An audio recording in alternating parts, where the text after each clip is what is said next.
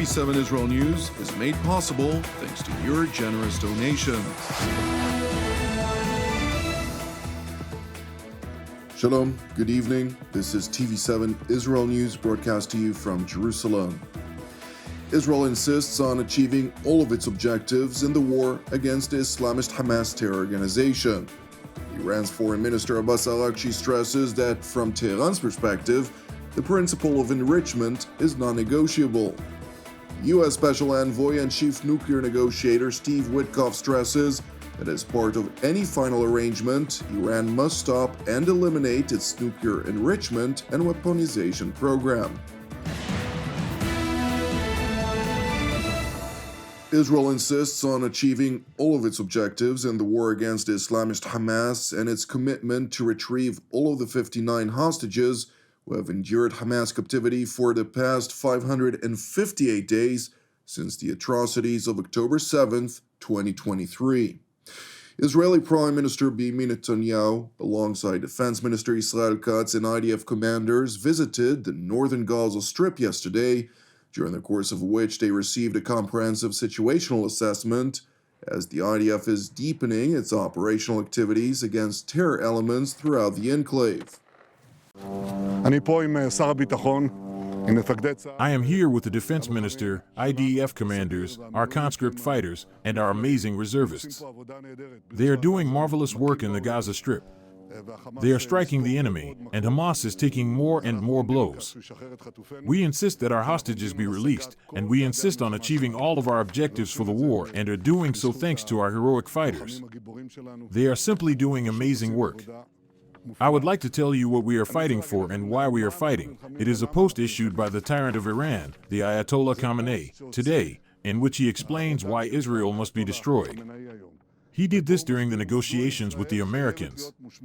We are fighting for our existence. We are fighting for our future.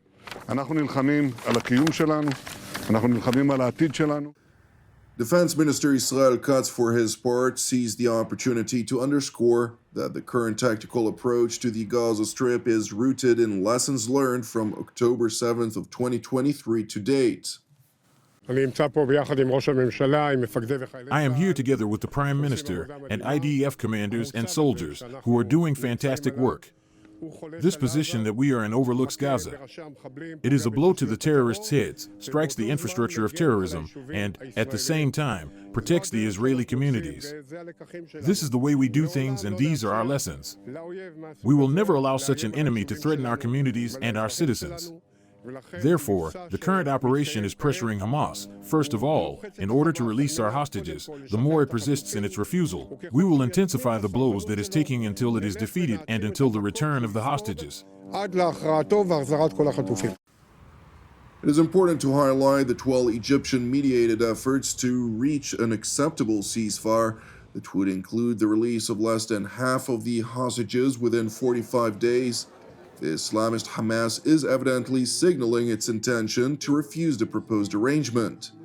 Meanwhile, U.S. State Department spokeswoman Tammy Bruce stressed that the United States remains committed to resolve the situation in the Gaza Strip.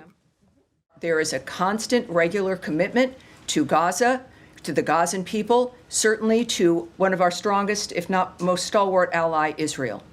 Who have, by the way, a new ambassador from the United States, Ambassador Mike Huckabee. So we're very excited about the future. We are working constantly to have a ceasefire and to change the trajectory on the ground. That has not stopped. Meanwhile, at the White House, Press Secretary Catherine Leavitt revealed that President Donald Trump held a conversation with the Sultan of Oman, Haitham bin Tariq Al-Said, during the course of which the American leader thanked the Sultan for hosting the first Iraq meeting between the United States and Iran. Moreover, Leavitt further highlighted the Trump administration's proactive efforts to further ratchet up economic pressure on the Islamic Republic, while underscoring Washington's resolve to make Iran's proxy, Ansar Allah, which is dominated by the Houthi tribe in Yemen, pay a heavy price for its continued attacks against freedom of navigation in the strategic Strait of Bab el-Mandeb and adjacent waterways. The maximum pressure campaign on Iran continues, but as you know, the president has made it clear he wants to see dialogue and discussion with Iran while making his directive about Iran never being able to obtain a nuclear weapon quite clear. And the president spoke to the Sultan of Oman today, who helped facilitate these talks. I have a readout for all of you.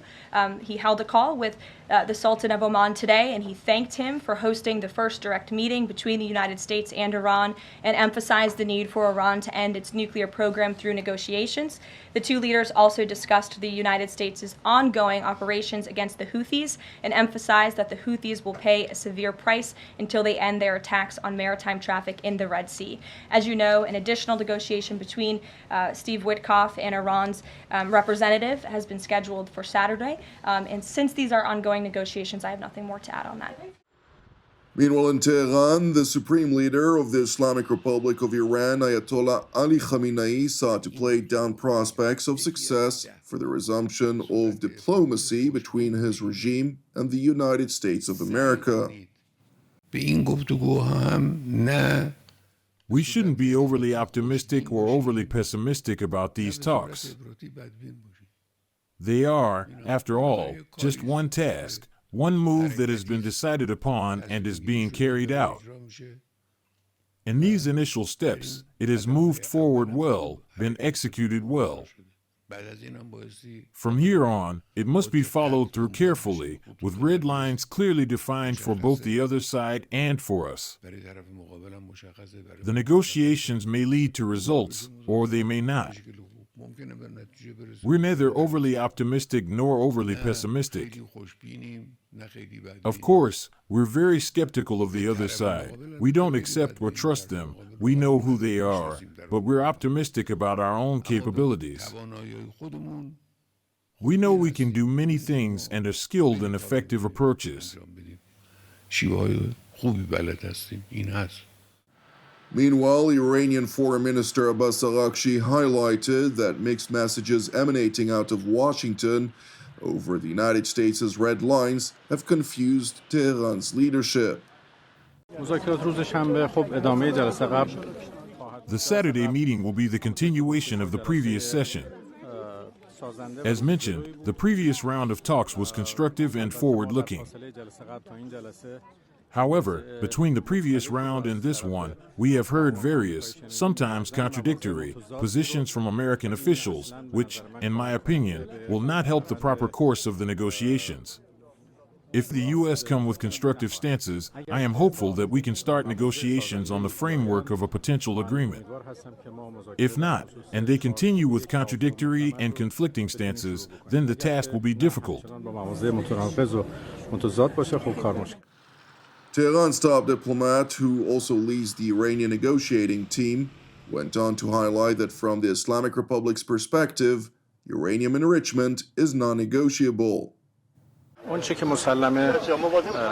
is certain is that Iran's enrichment is a real, accepted, and factual matter, and we are prepared to build confidence regarding potential concerns, but the principle of enrichment is non-negotiable. Thank you very much. Despite the Iranian foreign minister's voiced determination about Iran's uranium enrichment program, U.S. Special Envoy to the Middle East, Steve Witkoff, published a statement in which he wrote, quote, "A deal with Iran will only be completed if it is a Trump deal. Any arrangement must set a framework for peace, stability, and prosperity in the Middle East, meaning that Iran must stop and eliminate its nuclear enrichment and weaponization program. It is imperative for the world that we create a tough, fair deal that will endure, and that is what President Trump has asked me to do." Meanwhile, in Yemen, the U.S. Military Central Command released footage from its aircraft carriers in the Red Sea, marking that operations against the Iranian proxy Ansar Allah continue 24/7. Separately, reports about a possible Saudi-led ground invasion to complement the American aerial and naval offensive against the Houthis have circulated in recent days. I think many people have seen the reports regarding actions that may or may not be happening on the ground in Yemen as the Houthis' ability to resist is degraded.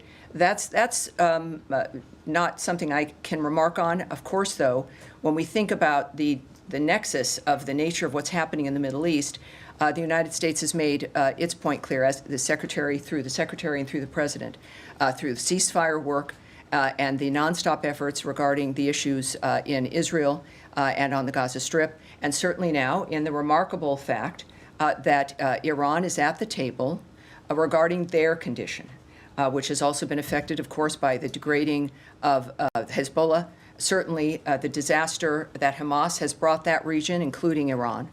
So when we think about the ceasefire and making people's lives better, it certainly affects the entire region. And I think that's what we can all count on. Thank you for watching TV7 Israel News. I would like to once again wish you a Chag Pesach Sameach and a blessed Easter, and thank all of TV7's family of supporters. TV7 Israel is a donation-based ministry with all of our programs made possible by the generosity of our viewers. Therefore, if you're blessed by the content of our programs, please consider becoming a monthly TV7 Israel supporter. You can donate via our website at www.tv7israelnews.com. Keep praying for the peace of Jerusalem and salvation of Israel. I'm Jonathan Hassan wishing you an Erev Mevorach. We will see you during our next update. Until then, Shalom from Jerusalem.